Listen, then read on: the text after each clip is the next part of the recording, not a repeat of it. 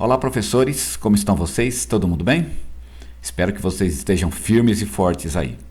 Pessoal, a partir do próximo domingo a gente vai iniciar um novo módulo da nossa escola dominical. A gente acabou de estudar a doutrina do Espírito Santo e agora a gente vai estudar a doutrina da Igreja. Aproveitando então que este mês é o mês do aniversário da Igreja, vamos aproveitar para falar sobre esse tema tão importante e tão fascinante que é a Igreja de Jesus Cristo e a partir daí também tirar algumas conclusões para a nossa igreja, como a gente se comporta como igreja e poder discutir um pouco sobre isso, que eu acho que é uma coisa bem bacana, bem apropriada e muito importante para a gente conversar, não é verdade? Uma coisa importante também sobre o próximo domingo é que no próximo domingo vai ser um domingo um pouco diferente do usual. Domingo é o aniversário das mulheres cristãs em missão e elas vão fazer 100 anos, então vai ser um dia muito especial. É um dia onde pessoas que não estão acostumadas a fazer o culto vão fazê-lo. E quando isso acontece, geralmente as coisas saem um pouco do controle, a gente já imagina que isso pode acontecer domingo. Pode demorar um pouquinho, então por conta disso eu fiz uma pequena alteração aqui na lição de domingo, diminuindo um pouco ela. Então eu enxuguei um pouco a lição e eu coloquei ela, eu fiz com que a lição ficasse um pouco menor, tá bom? A gente originalmente teria uma lição um pouco maior, mas eu dei um jeitinho para que ela então ficasse menor e aí eu reprogramo as próximas lições para o conteúdo então se acomodar. E a gente vai estudar então menos coisa no domingo, tá bom? Isso eu estou fazendo porque eu estou prevendo que domingo é provável que o culto se estenda um pouco mais no período da manhã do que o normal. À noite geralmente não é um problema, mas de manhã isso pode acontecer, tá certo? Vamos tentar evitar que aconteça, mas pode acontecer. Então, por conta disso, a nossa lição ela já é mesmo um pouquinho mais curta, um pouquinho mais enxuta. Tá? Para a gente poder abarcar o conteúdo sem desespero e sem perder conteúdo. Isso eu creio que vai dar tudo certo, tá bom? E parabéns à MCM que está fazendo 100 anos, olha que bênção, né? Daqui a 2 anos nossa igreja faz 100 anos, mas as mulheres então elas, como organização, elas são mais antigas do que a própria igreja, inclusive, né? Vamos lá então, no próximo domingo então, nosso tema é a doutrina da igreja e eu espero que vocês aproveitem bem a lição e que vocês então possam apresentá-la aos alunos e vocês sejam muito abençoados e que vocês também abençoem ricamente os seus alunos, tá bom? Vamos lá então? Como eu disse para vocês, no próximo domingo a gente vai apresentar então a primeira lição do módulo A Doutrina da Igreja. E nessa primeira lição nós vamos estudar o significado da palavra igreja. E observe que a gente vai falar sobre o significado da palavra só. Tá? Pode parecer pouco e é pouco mesmo. Eu em condições normais teria passado rapidamente por esse tema, mas vamos estudá-lo com um pouquinho mais de cuidado e um pouquinho mais de paciência. E eu achei bacana no fim ter feito isso e vocês vão perceber que só estudar o significado da palavra já dá um estudo muito profundo e já dá muito pano para manga. Vamos lá então? O propósito da nossa lição é duplo: estudar a palavra grega usada no Novo Testamento para igreja e depois tirar algumas lições para a nossa própria realidade daquilo que estudamos dessa palavra no Novo Testamento, ok? Então, basicamente, são esses dois propósitos que nós vamos trabalhar. Vamos começar então pela palavra igreja. O que significa e o que é a palavra igreja? A palavra igreja, que nós temos nas nossas Bíblias modernas, ela é a tradução da palavra grega eclesia. A palavra grega, eclesia, isso vocês certamente já sabem, não é? É uma palavra muito famosa, né? É por isso que vem a palavra, é daí que vem a palavra eclesiologia, porque a palavra grega para a igreja é eclesia, ou eclesia. Eu gosto de falar eclesia, embora não saiba muito bem qual seja a pronúncia correta, mas eu prefiro o eclesia por conta de outras palavras que eu tenho mais certeza, que terminam com esse ia e que no final a tônica ela está sempre na última sílaba, né? Vamos lá então. A palavra grega eclesia, ela vem de duas palavras. A palavra ek, que é a expressão para fora no sentido de que é algo que é para fora, né? E o verbo kalel, que é o verbo chamar. Então a palavra eclesia é uma composição que significa aqueles que são chamados para fora. E daí, portanto, a palavra convocação, é uma convocação. Porque é isso que significa ser chamado para fora. A gente colocou na lição o porquê dessa palavra, né? Que o arauto ele saía pela cidade convocando os cidadãos para a assembleia, para tratar de algum assunto importante. Então, ou a corneta, a trombeta tocava lá e eles iam para a praça. Geralmente a praça ficava perto da porta. E aí na praça, então, as pessoas se reuniam e era uma assembleia ou uma convocação. Então é isso que significa a palavra eclesia, e é daí que vem, portanto, a ideia de chamar a igreja de eclesia, porque ela é pessoas que foram convocadas. Daí vem também a ideia de que são chamados para fora do mundo. Isso pode ser verdade, não é o mais importante, creio eu, não é? Porque eu acho que não sei se é bem isso que está na cabeça dos autores, mas não é de todo errado dizer que a gente foi chamado para fora do mundo. E se foi, a gente vai ter que acrescentar uma nota. A gente foi chamado para fora para voltar para o mundo depois, né? Para poder levar então a mensagem do Evangelho para o mundo e ser sal e luz dentro do mundo, na verdade, né? Porque a função da igreja não é ficar fora do mundo, mas ficar dentro dele, influenciando o mundo e levando para o mundo a mensagem do Evangelho.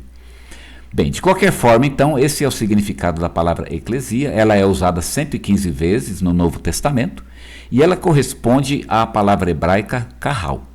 A palavra kahal ela é utilizada no Antigo Testamento para descrever o ajuntamento de Israel. Quando Israel se juntava, geralmente para fazer alguma coisa, né? Vocês veem que de vez em quando tinha uma convocação e o povo se juntava por algum motivo. Então aquela assembleia, aquela convocação, aquele grupo de pessoas, aquela comunidade reunida, era chamada então de kahal, e esse é o relativo, né? O proporcional que nós temos para eclesia no Antigo Testamento, tá bom? Quais são os significados do Novo Testamento, então, para a palavra eclesia? Eu coloquei aqui 3 significados, que são os mais importantes e os básicos, não é? Para a palavra eclesia. Primeiro, eclesia pode ser uma congregação ou uma comunidade local, ou seja, eclesia ela é aquela comunidade. Então nós temos aí 2 exemplos, em Romanos capítulo 16, versículo 1, que fala da igreja de Sencreia, se eu não me engano, e Atos capítulo 1, versículo 8, que fala da igreja de Jerusalém. Eu coloquei Atos 1,8 aqui, mas eu estou cismado que não é Atos 1,8, mas de qualquer modo, em Atos então fala da igreja de Jerusalém. Se não for, depois eu vou corrigir lá na lição, tá bom?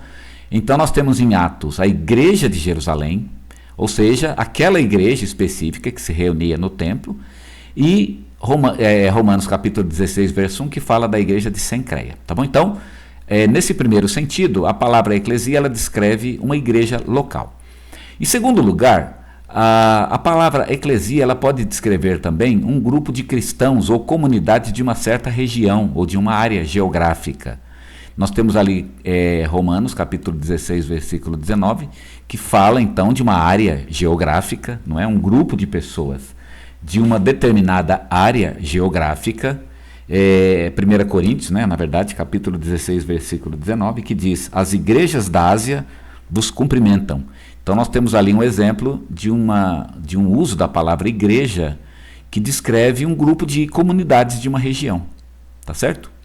E no capítulo 9 de Atos, versículo 31, então nós temos um grupo de igrejas, e aí lá em Atos capítulo 9, versículo 31, nós temos a descrição então desses lugares ou dessas cidades. E quando a palavra igreja ali é usada, é interessante que ela é usada no singular, igreja, para descrever um grupo de comunidades de uma determinada região. Isso é bem interessante e bastante sintomático, né? Então nós temos aí o segundo significado da palavra, um grupo de comunidades ou um grupo de cristãos. E por fim nós temos a igreja universal, o corpo de Cristo. A palavra igreja, ela também é utilizada para descrever essa igreja invisível. Nós ainda vamos falar, né? Quem sabe, talvez na próxima lição, falar a respeito da igreja universal, essa igreja que é a igreja de Cristo, aquela cujo hall de membros está na mente, né? Ou melhor ainda, nas palmas da mão, já que Jesus disse que nas palmas das suas mãos nós fomos gravados, ou nosso nome está gravado.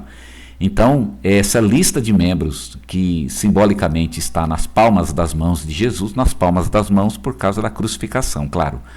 Essa igreja, ele sabe quem é, ele conhece, é a igreja, é a reunião de todos os salvos, de todos os lugares, de todas as épocas, ok? Então, no Novo Testamento é utilizada a palavra igreja para descrever, então, essa igreja universal, a igreja total e completa de todos os membros de todas as épocas da congregação, que só Jesus sabe quem é e você sabe também. Eu não sei quem é, mas eu sei se meu nome está lá ou não, e eu espero que você saiba se o seu nome está lá ou não, né? Porque quem crê em Cristo sabe que tem a vida eterna, porque creu pela fé e não duvida disso, né? Então, nós sabemos se o nosso nome está lá, e junto com o nosso nome, com certeza existem milhões de outros nomes também nessa lista composta, então, que faz a Igreja Universal, ok? Então, nós temos aí 3 significados: uma única congregação, ou seja, uma comunidade local, um grupo de congregações e a Igreja Universal, ou seja, o corpo de Cristo. Bom, vamos, em termos de conclusão, vamos ver então o que esses usos da palavra igreja nos ensinam. E vejam que nós temos aqui 2 definições muito importantes. E, gente, isso é muito importante. E eu queria que vocês dedicassem um tempinho lá nas suas classes para falar a respeito disso, porque isso realmente é muito importante e conserta alguns enganos que nós temos, não é? Com relação a essa questão da definição de igreja. Primeiro, o que não é igreja, então, no Novo Testamento? No Novo Testamento não é igreja o templo. O templo nunca é chamado de igreja, até porque eles não tinham templo, não é? O Novo Testamento, ele nunca utiliza a palavra igreja para descrever um lugar, um local, não é? Uma casa. A igreja sempre são as pessoas reunidas, sempre, sempre e sempre. Então, essa é a primeira questão. O Novo Testamento nunca chama um templo de igreja. Não que a gente não vai chamar o templo de igreja. Chama. Não, vejam que não é um erro. Vamos parar de chamar. Não precisa parar. É só ter em mente de que é uma palavra de que não descreve de fato a igreja, né? A igreja são as pessoas que se reúnem naquela localidade, tá bom? A gente usa, mas é só deixar bem claro que é um hábito cultural. Não descreve de fato a igreja, tá certo? Então, o templo não é chamado de igreja, nunca no Novo Testamento. E a segunda questão, e essa realmente é muito importante, reparem bem, um grupo com uma certa distinção doutrinária nunca é chamado de igreja no Novo Testamento. Então, por exemplo, os batistas, os presbiterianos, a gente fala igreja batista, igreja presbiteriana, igreja quadrangular, igreja metodista. Esse uso ele é muito estranho ao Novo Testamento. Não existe esse uso no Novo Testamento, porque o Novo Testamento não consegue conceber a ideia de uma distinção doutrinária. Não existe. Se houver uma distinção doutrinária, não é uma igreja. Igreja é aquela que defende a doutrina verdadeira, a doutrina de Cristo, né? Então, a distinção doutrinária, ela jamais no Novo Testamento determina uma igreja, tá certo? Você não pode dizer que existe uma igreja batista no sentido de que tem outra igreja presbiteriana, como se fossem 2. Na cabeça de Jesus e dos autores do Novo Testamento, não existem várias igrejas, só existe uma, a igreja é una e uma. E ela é a única igreja, a igreja de Jesus Cristo, e não existem várias igrejas com regras diferentes, né, com doutrinas diferentes. Então, como que a gente resolve esse problema, né? A gente falar um negócio desse, o pessoal vai falar, bom, então a gente não pode falar igreja batista? É como na questão de chamar o templo de igreja. Pode. É só lembrar que não existe distinção doutrinária. Mas não existe mesmo distinção doutrinária entre batistas e presbiterianos, por exemplo, entre batistas e Assembleias de Deus, né? Entre batista e a igreja quadrangular, não há uma distinção de doutrina. A gente fala, então, e a maneira correta de dizer isso, é de que essas distinções não são de doutrina, mas elas são de costumes, ou seja, de comportamentos, tá certo? Porque a doutrina deles é a mesma doutrina que a nossa. Então, pode até ser em termos doutrinários, mas não a doutrina da salvação, mas uma doutrina em relação a um costume. Então, por exemplo, há igrejas onde a mulher só pode usar saia. A gente entende que isso é um costume da igreja. Não é uma doutrina, né? Pode ser, é a doutrina da saia? Pode ser uma doutrina, mas não é uma doutrina no sentido do peso doutrinário, como a gente diria, né?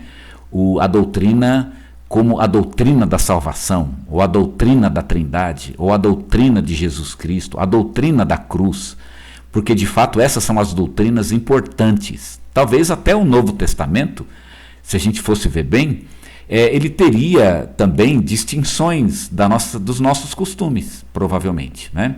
Se você for ver o costume de uma pessoa do Novo Testamento, os cristãos daquele tempo eles tinham hábitos e costumes que eram relacionados ao seu próprio tempo. E que hoje são diferentes. Talvez Paulo fosse ver o costume de algumas igrejas, ele ia ficar escandalizado.